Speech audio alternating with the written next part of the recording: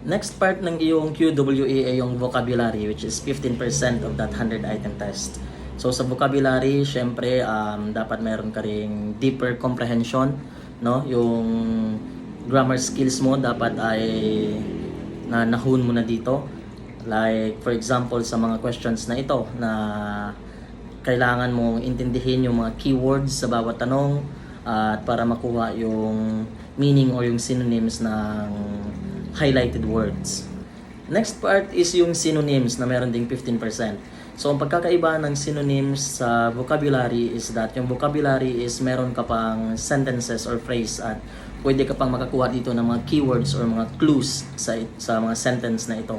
Pero yung synonyms ay magbibigay lang ito ng isang word or compound words and then kailangan mong tukuyin kung ano ang kasing kahulugan nito sa mga choices.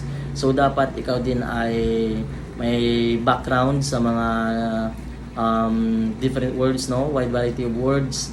Familiar ka din kasi nga yung ibang words dito ay napakalalim talaga at bagong-bago sa atin bilang applicant. So dapat wide reader tayo at saka meron tayong foundation na maganda sa English, no?